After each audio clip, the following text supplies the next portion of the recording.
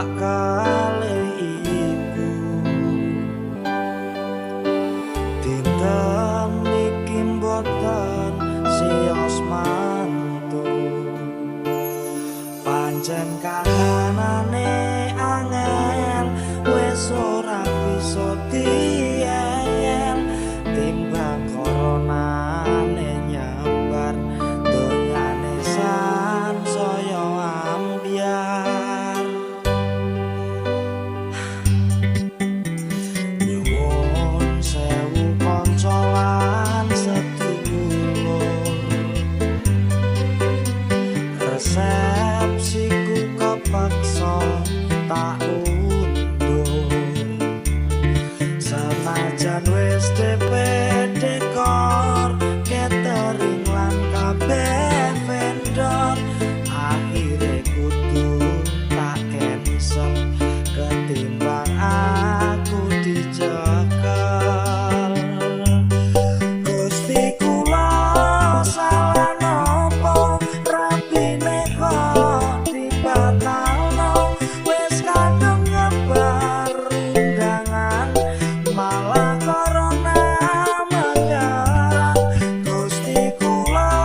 sampun ikhlas keterak COVID-19 yen pancen ngene dalane tak golek dino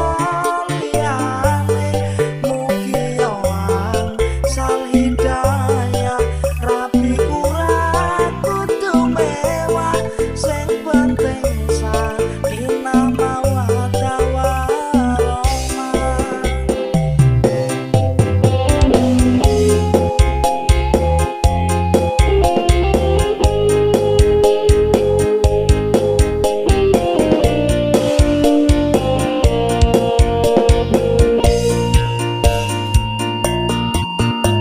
Nyuwun sewu kanca lan sedulur resepsiku kepaksa tak undur senajan wis DP dekor catering lan kabeh vendor akhire kudu tak cancel ketimbang aku dicekel Gusti kula salah nopo rapine kok dibatalno wis kadung nyebar undangan malah corona menyerang Gusti kula sampun ikhlas keterak COVID-19 yen pancen ngene dalane tak golek dino liyane Gusti kula salah nopo rapine kok dibatalno wis kadung nyebar undangan malah corona menyerang Gusti kula sampun ikhlas yen pancen ngene dalane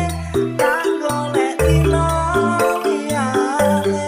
mugi yoang sal hidayah rapi kurang kudu mewah sing penting